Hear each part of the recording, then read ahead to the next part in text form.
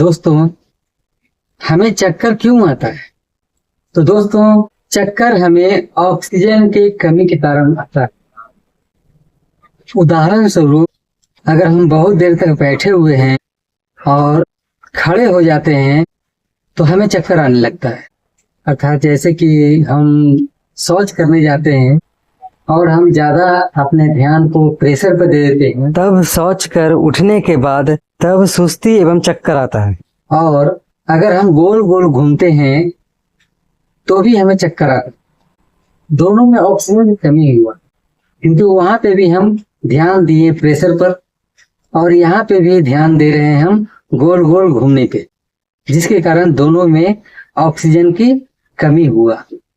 हमारा ध्यान जो श्वास हम ले रहे हैं सामान्य रूप से, उससे हट जाता है और हम श्वास धीमे से धीमे लेने लगते हैं। आप इस चीज का आजमा करके देख सकते हैं, गोल गोल चक्कर घूम घूम करके, तो आपको इस चीज का एहसास हो। जब हम चक्कर गोल गोल बचपन में घूमते हैं तो हमारा ध्यान श्वासों पर से हट जाता है और हम घूमने पे ध्यान लगाते हैं, यानी घूमने पर और ना गिरने पे ध्यान लगाते हैं कि हम गिरे ना। इस वजह से हमारा ध्यान श्वासों पर से कम हो जाता है और हम श्वास कम ले पाते। तो ध्यान रखें कि चक्कर आने का मुख्य वजह ये है, और उसको ठीक अगर करना है तो श्वास लेना है तो जल्दी ही ठीक हो जाएगा।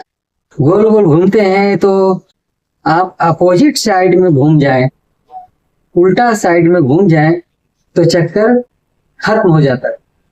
यानी आपका जो आदत बन चुका है गोल गोल घूमने का, वो दिमाग में घूम रहा है, उसको आप चक्कर को तोड़ देते हैं।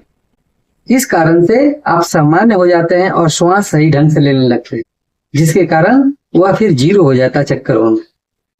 लेकिन जब हम सोच में ज्यादा समय तक बैठ जाते हैं और अगर हमें हमारा शरीर में कमजोरी हो रहा है, हम अपने अनपचे से हम परेशान हैं, तो उस स्थिति में ये होता है जब हम कमजोरी महसूस करते हैं। तो इन सभी वीडियो के बारे में अगर विशेष रूप से जानना है तो आप हमारे लॉन्ग वीडियो को देखें, आपको वहां पर डिटेल से जानकारी मिलेगा।